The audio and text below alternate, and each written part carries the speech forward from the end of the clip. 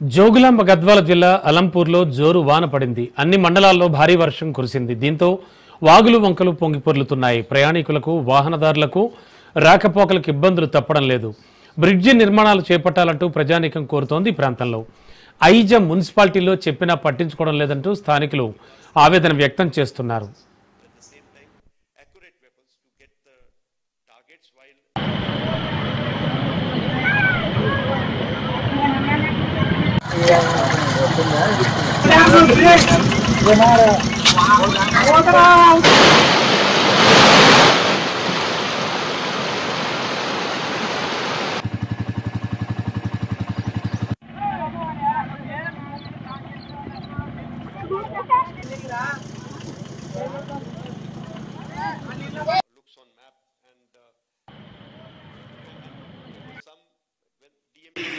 యాక్చువల్గా అయితే ఇక్కడ నీళ్ళు లాగా కాబట్టి కనీసం 10 ఏళ్ళ దినమైంది. దోమలు మాకు ఈ నీళ్లు కనీసం పోనీకి అంటే ఉంది పరిస్థితి.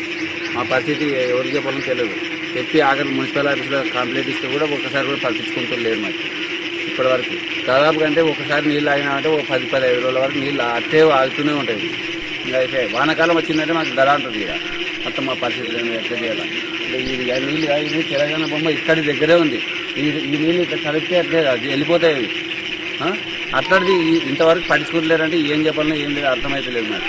మళ్ళీ ఏమంటారు పనులు గట్ల ఫీజులు గట్ల అవి గట్ల ఇవి గట్ల అంటారు వచ్చి అవి యానుడు తెచ్చుతారులే. ఇవి బీద వాళ్ళు ఉండరు, మొత్తం బీద వాళ్ళే ఉండరు.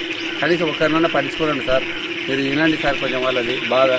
మేము వాళ్ళు వచ్చి కంప్లైంట్ ఇవ్వదు ఏ సార్ ఏమని నువ్వు కంప్లైంట్ రాసుకోవాలి. కొంతమంది పనిలో పోతారు సార్. వాళ్ళు పనిలో పోతారు, ఎవరు వస్తారు ఎవరు రాస్తారు ఎవరు లేదు, వాళ్ళు ఎవరు పట్టించుకుంటారు.